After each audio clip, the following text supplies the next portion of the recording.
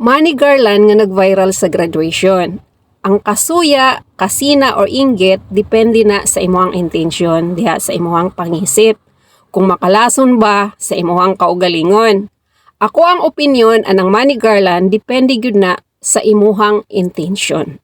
Walay problema kung mo rewards ka sa imuhang anak anang Manny Garland pero ayaw pud nang sobra na kaayo. Depende gyud na sa imuhang kaugalingong intensyon.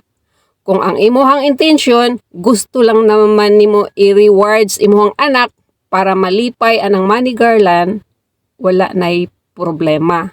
Basta ayaw po ng sobrang dako na kaayo, no? Sobra na.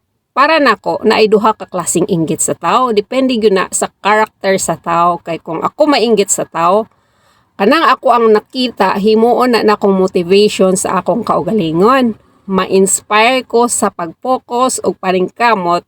Kung unsaon ako mabag-o akong kaugalingon, maningkamot ko. Ma-inspire ko anang tawhana. Unya, ako ang i-motivate, ako ang kaugalingon para makuha nako ang ako ang nakita sa tao nga gusto pud nakong mahimong ingana. Ingana ang akong pagkatao kung ako mainggit. Dili pareho anang uban kung mainggit, dauton ka, himuon kang dautan, unya masuko sa imuha. Dili nila gustong muuswag ka. Dili niya ikalipay ang pag-angat sa laing tao nga dapat malipay siya kung unsay blessing nga naa sa ubang tao. Pero yang buhaton, gusto niyang dauton. Gusto niyang i-down. Kay dili siya gusto maasinso ang ubang tao.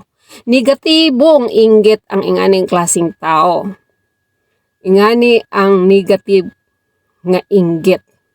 Ang klaseng taong ingani, ikasuko niya makita ang success sa ubang tao. Nga unta dapat ikalipay, maog yun ni delikadong inggitera, makahatag og lason sa iyang kaugalingon. Dili kabalo mo appreciate og kalipay sa laing tao. Kay gusto niya, siya ra. Selfish og kinaiya. Pero kung positive ka nga inggitera, kanang imuhang nakita, himuon nimong motivation nga ma-inspire ka sa success sa ubang tao nga imong nakita. Unya, malinawon po ang imong panghunahuna o ganado ka maningkamot para mabag-o ang imuhang kaugalingon. Unya, ikalipay nimo ang success sa ubang tao. Ingani dapat ang tao mainggit, dili kay dauton.